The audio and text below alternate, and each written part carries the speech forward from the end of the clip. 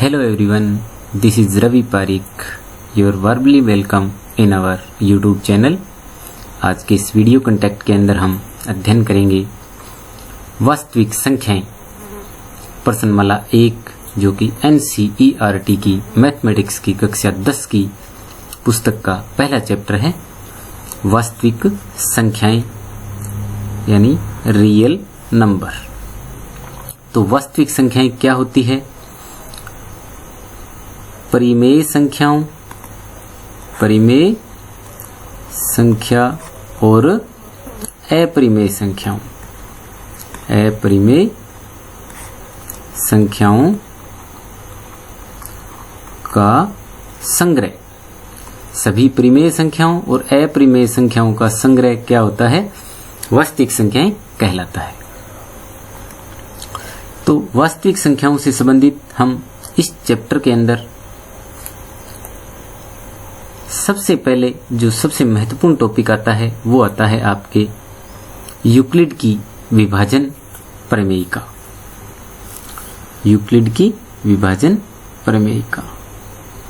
तो ये वास्तविक संख्याओं के लिए लागू होती है यूक्लिड की विभाजन प्रमेयिका।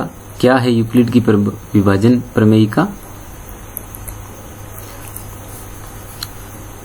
यूक्लिड की विभाजन प्रमेयिका दो धनात्मक पूर्णांक a और b अगर हमें दिए हुए हैं तो एक ऐसी अद्वितीय पूर्ण संख्या q और r विद्यमान होते हैं कि a बराबर bq प्लस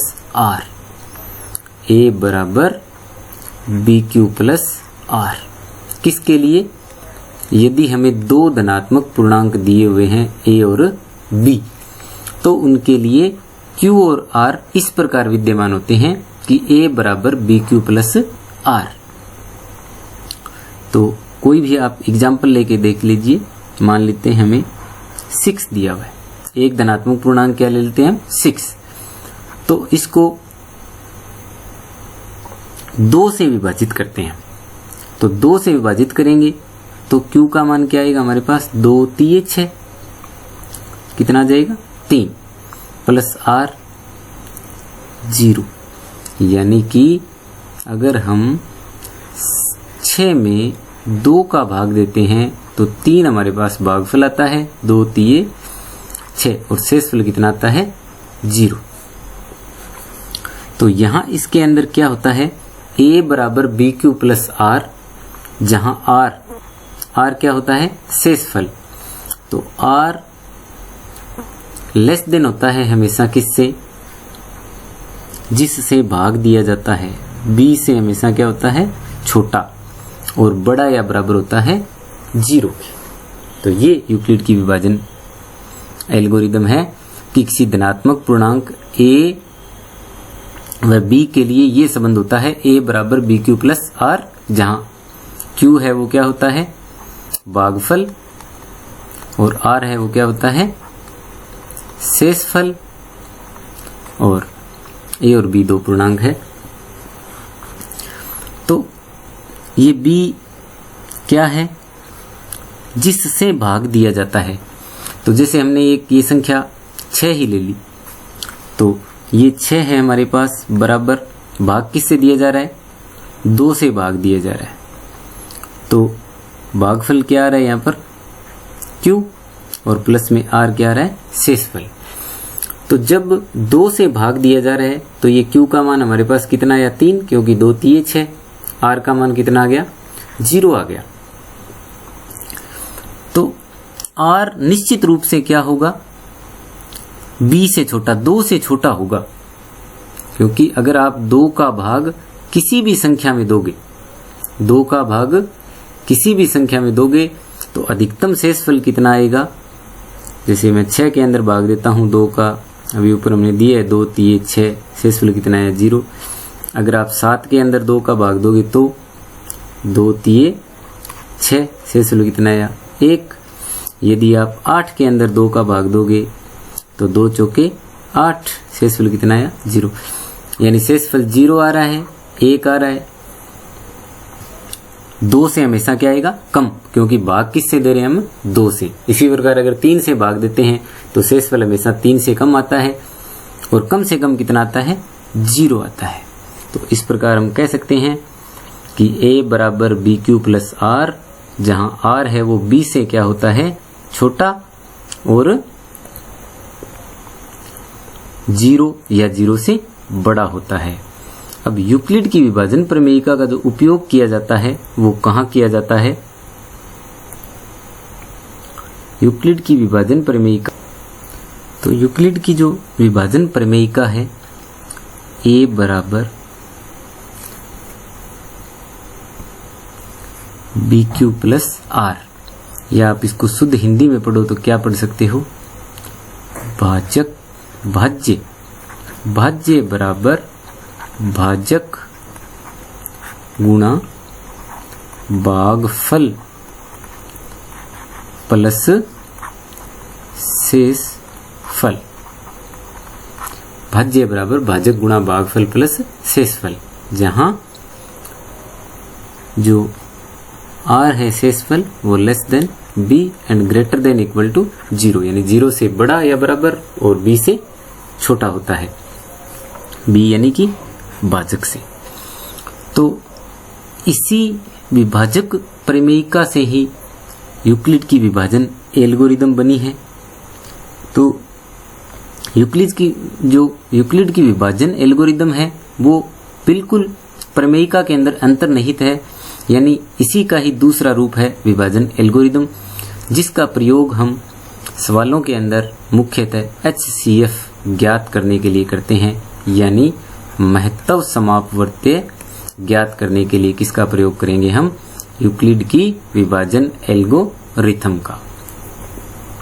तो प्रश्न वाला 1.1 हम देखते हैं, जिसमें HCF ज्ञात करने हैं और किसका प्रयोग करके, यूक्लिड की विभाजन एल्गोरिदम का प्रयोग करके HCF ज्ञात कीजिए। तो हमें HCF ज्ञात करना है 135 और 225 का यूक्लिड की विभाजन एल्गोरिदम का प्रयोग करके। 135 और 225 का HCF ज्ञात कीजिए। तो HCF किसका ज्ञात करना है हमें, 125 और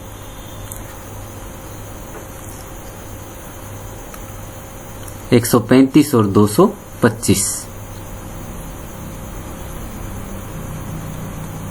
135 और 225। तो सबसे पहले आप इस तरह से डिवाइड कर लोगे अपने पेज को, और इधर क्या करोगे, जो भाज्य है, बड़ी संख्या को हम भाज्य मान लेंगे और छोटी संख्या को भाजक मान लेंगे। इसको यहां लिख लोगे 225, और भाजक कौन सा, दूसरी जो छोटी संख्या बच गई 135। तो 135 का पहाड़ा हम कहां तक पढ़ सकते हैं, 1 तक। तो 135 एक कम 135, क्योंकि 2 तक पढ़ते ही ज्यादा हो जाएगा। अब 5 में से 5 गए 0, और ये 12 में से 3 गए 9, हमारे पास कितना आ गया 90। अब ये नया बन गया आपका भाजक 90, और इस भाजक को आप आगे ले आओगे 135। 90 का पढ़ा फिर कहां तक पढ़ सकते हो आप, 1 तक। तो 90 कम 90, बचे कितने 5, 13 में से 9 गए 4। इसको अब भाजक बना दोगे, और आगे यहां क्या लिखोगे, इसको 90। 45 का पढ़ा कहां तक पढ़ सकते हो आप, 2 तक। 45 दूनी 90, कितना आया 0। तो वह संख्या जिससे भाग देने पर शेषफल 0 प्राप्त हो जाता है, वो ही हमारे पास क्या होती है, HCF होती है, हाईएस्ट कॉमन फैक्टर होता है, या आप कह सकते हो मैसे होता है। तो अब इसमें आप चरण लिखेंगे हल के, आप ये काम भी इधर कर लोगे और ये चरण भी यहाँ लिखोगे। सही तरीका ये है यहाँ पर। अब चरण 1 या प्रथम चरण, तो हमारे पास क्या था 225। तो 225 बराबर हमने क्या किया, 135 का भाग दिया, भागफल कितना आया, तो गुणा में 1 प्लस शेषफल कितना बचा 90, यहाँ लिख दोगे 90। दूसरे चरण में चरण 2 या चरण सेकंड, किसको लिखोगे इधर 135 को। अब भाज्य हमारे पास 135 है, इसको लिखेंगे 135। तो 135 किसका भाग दिया हमने 90 का, 90 गुणा में 1 प्लस शेषफल कितना आया 45, 45 प्लस 45। चरण 3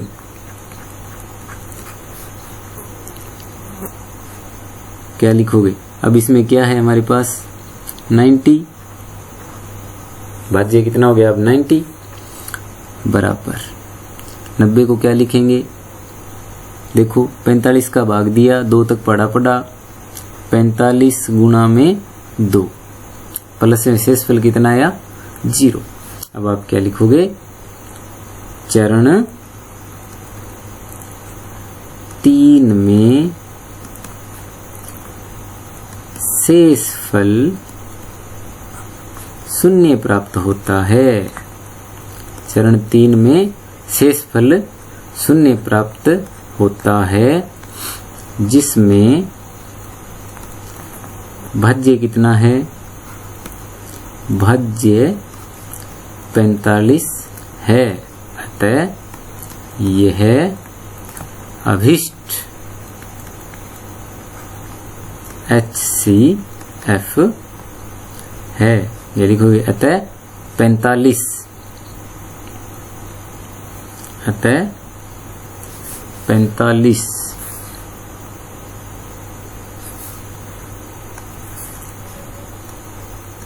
अभिष्ट HCF है। या अलग से ऐसे लिख दोगे HCF of 135 225 is equal to 45। बहुत ही आसान विधि है। आप इस तरह से पहले ये जो हमने भाग क्रिया की है इस तरह से आप कर लोगे, फिर उसके बाद चरणबद्ध इनको लिख दोगे। सबसे पहले चरण में हमने क्या किया, 225 में 135 एक तक ही पढ़ा ये हो गया शेषफल 90। फिर 135 जो इसका क्या था, भाजक था, उसको हमने क्या बनाया यहाँ पर भाज्य संख्या, फिर 90 गुणा 1 प्लस 45। इसी प्रकार ये 90 को क्या बनाया भाज्य, तो 45 गुणा 2 प्लस 0। तो बहुत ही आसान विधि से आप HCF ज्ञात कर सकते हो। इसी प्रकार हम इसका दूसरा प्रश्न देखते हैं। 196 और 38,220 का हमें HCF ज्ञात करना है। तो देखिए कितना आसान विधि से ये एक ही स्टेप में प्रश्न होता है। बड़ी संख्या 38,220 है, तो 38,220 इसको हम भाज्य संख्या के रूप में लेंगे, और 196 इसमें क्या हो गया भाजक। तो 196 का जब इसमें भाग देंगे तो 1 पर जाएगा 196, फिर 9 पे जाएगा 1764, फिर ये हमारे पास शेष 98 बचा, 0 ऊपर से उतारेंगे, फिर 196 का पढ़ा 5 तक पढ़ेंगे तो 980, ये 0। यानी कि प्रथम चरण के अंदर हम देखते हैं, सबसे पहले हम प्रथम चरण लिखते हैं, प्रथम चरण या चरण 1। तो इसके अंदर 38,220 बराबर भाजक क्या था 196, भागफल कितना आया 195 प्लस शेषफल कितना आ गया 0। तो प्रथम चरण में क्या हुआ, यानी 196 से भाग देने पर शेषफल क्या प्राप्त होता है, शेषफल 0 प्राप्त होता है। अतः HCF ऑफ 196 38,220 बराबर किसका भाग देने पे शेषफल 0 प्राप्त हुआ 196 का, तो 196 क्या हो गया HCF हो गया। इसी प्रकार आप तीसरा प्रश्न इसका स्वयं हल करके देखेंगे। अगला प्रश्न देखिए, इसका प्रश्न नंबर 2। दर्शाइए कि कोई धनात्मक पूर्णांक, अब धनात्मक कौन सा पूर्णांक, विषम पूर्णांक 6q+1, 6q+3 और 6q+5 के रूप में होता है।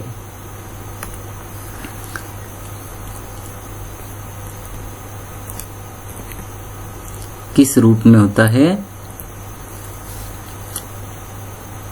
6q प्लस 1, 6q प्लस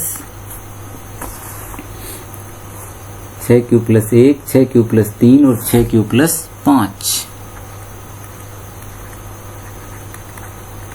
के रूप में होता है। ये हमें क्या करना है? दर्शाना है कि कोई धनात्मक पूर्णांक इस रूप में होता है। और कैसा धनात्मक पूर्णांक? विषम धनात्मक पूर्णांक। तो हम क्या करेंगे? मान लेंगे कि माना वो धनात्मक पूर्णांक है वो किस प्रकार का होगा?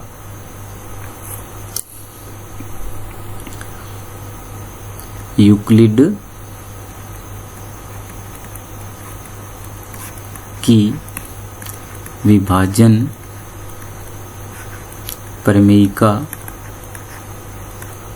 या विभाजन एल्गोरिदम से a बराबर होता है हमारे पास BQ प्लस R। a बराबर BQ प्लस R होता है, जहां R है वो greater than equal to 0 and less than equal to क्या होता है? B। तो इस प्रश्न के अंदर हम देखते हैं तो 6q plus 1, 6q plus 3, 6q plus 5 दिया हुआ है, यानी कि जो b की वैल्यू है वो हमारे पास क्या है? यहाँ पर कितनी है? 6 है। तो यहाँ हम a बराबर क्या लिख देंगे? a बराबर 6q प्लस r। तो यहाँ r है वो किससे छोटा होगा? 6 से छोटा होगा, क्योंकि b की जगह अब हमारे पास क्या आ गया? 6 आ गया। तो a का मान है, r का मान है वो 6 से छोटा होगा। तो r का मान क्या हो सकता है? क्या हो सकता है? 0, 1, 2, 3, 4, 5 या 6, इनमें से कोई एक हो सकता है, क्योंकि 6 से कम 6 नहीं हो सकता, 6 से कम यानी कि 5 तक हो सकता है। तो धनात्मक पूर्णांक क्या होगा? अतः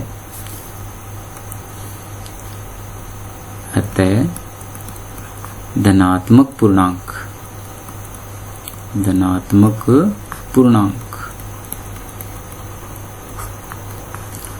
a बराबर क्या हो सकता है? 6q plus 0, 6q plus 1, 6q plus 2, 6q plus 3, 6q plus 4, 6q plus 5, क्योंकि केवल शेषफल चेंज हो रहा है। 6q प्लस 0 हो सकता है, 1, 2, 3, 4, 5 यहाँ तक हो सकता है। 6 तो शेषफल आ नहीं सकता। ये हो सकता है धनात्मक पूर्णांक का रूप। लेकिन प्रश्न में हमसे क्या पूछा गया है? विषम धनात्मक पूर्णांक। विषम धनात्मक पूर्णांक। तो विषम धनात्मक पूर्णांक यानी कि अब देखो कोई भी संख्या है उसको अगर सम संख्या से हम गुणा करेंगे, क्योंकि पी क्यू यहाँ पे पूर्णांक है तो क्यू यहाँ पूर्णांक है, तो अगर सम संख्या से गुणा करेंगे तो वो सम संख्या ही आएगी। ये संख्या तो क्या हो गई? सम हो गई। ये भी क्या हो गई? सम हो गई, क्योंकि ये 6q तो सम है, प्लस उसमें 2 जोड़ेंगे तो ये भी सम आएगी। 6q सम है, लेकिन ये प्लस 3 करेंगे तो विषम संख्या आएगी। 4 जोड़ेंगे तो फिर ये भी सम आ जाएगी। तो विषम धनात्मक पूर्णांक क्या होगा? ये हो सकता है क्या? 6q plus 1, 6q plus 3, 6q plus 5। अच्छी तरह आपकी समझ में आ गया होगा। केवल विषम धनात्मक पूर्णांक प्रश्न में पूछे हैं। धनात्मक पूर्णांक का रूप तो ये सारे हो सकते हैं, ये 6 के 6 रूप हो सकते हैं, लेकिन इसने पूछा विषम धनात्मक पूर्णांक, तो विषम धनात्मक पूर्णांक ये 3 हो सकते हैं। नेक्स्ट क्वेश्चन देखिए, इसका तीसरा प्रश्न। किसी परेड में 616 सदस्यों वाली एक सेना की टुकड़ी को 32 सदस्यों वाली एक आर्मी बैंड के पीछे मार्च करना है। दोनों समूहों को समान संख्या वाले स्तंभों में मार्च करना है। अतः उन स्तंभों की अधिकतम संख्या क्या होगी जिसमें मार्च कर सकते हैं? अधिकतम संख्या यानी कि ग्रेटेस्ट फैक्टर हमें ज्ञात करने हैं, ग्रेटेस्ट कॉमन फैक्टर ज्ञात करने हैं, जीसीडी ज्ञात करना है, यानी HCF हमें फाइंड करना है। किसका? 32 और 616 का, क्योंकि अधिकतम संख्या ज्ञात करनी है तो वह बड़ी से बड़ी संख्या जिसका इन दोनों में भाग चला जाए वो क्या होगा, इन दोनों का HCF होगा। तो हमें HCF ज्ञात करना है 32 और 616 का। तो HCF ज्ञात करने के लिए आप क्या करोगे, आपको बता दिया, इस तरह से पेज को आप डिवाइड कर लोगे। सबसे पहले आप ये काम करोगे, 616 बड़ी संख्या को अंदर लिखोगे और छोटी संख्या को बाहर लिखोगे। अब हम 32 का पहाड़ा पढ़ेंगे पहले चरण के अंदर। तो 32 का 1 तक आप पढ़ सकते हो, 32 से कम।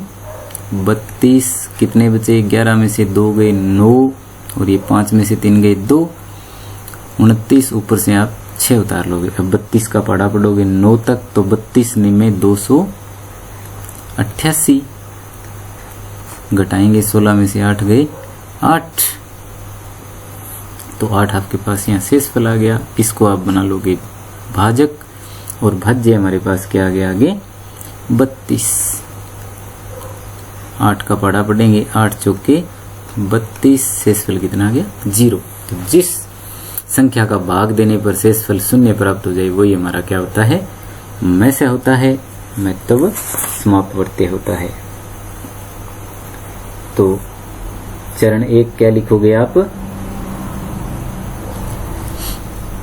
सॉल्यूशन में आप लिखोगे कि क्या पूछा गया हमसे, स्तंभों की अधिकतम संख्या। तो स्तंभों की अधिकतम संख्या क्या होगी, स्तंभों की अधिकतम संख्या, अधिकतम संख्या होगी HCF ऑफ 32 एंड 616।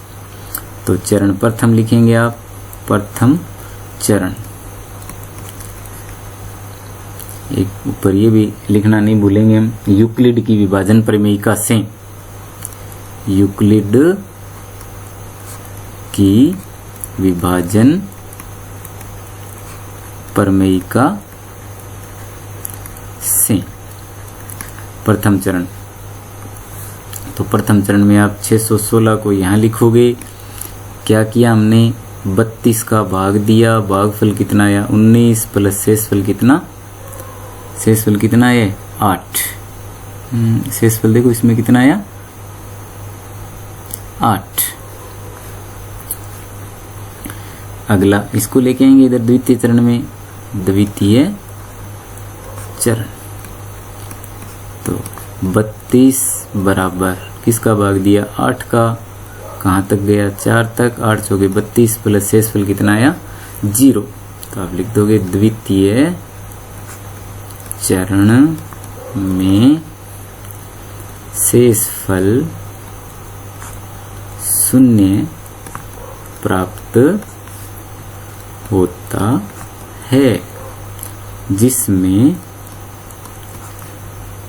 भाजक 8 है। अतः HCF किसका 32 एंड 616 इज इक्वल टू 8।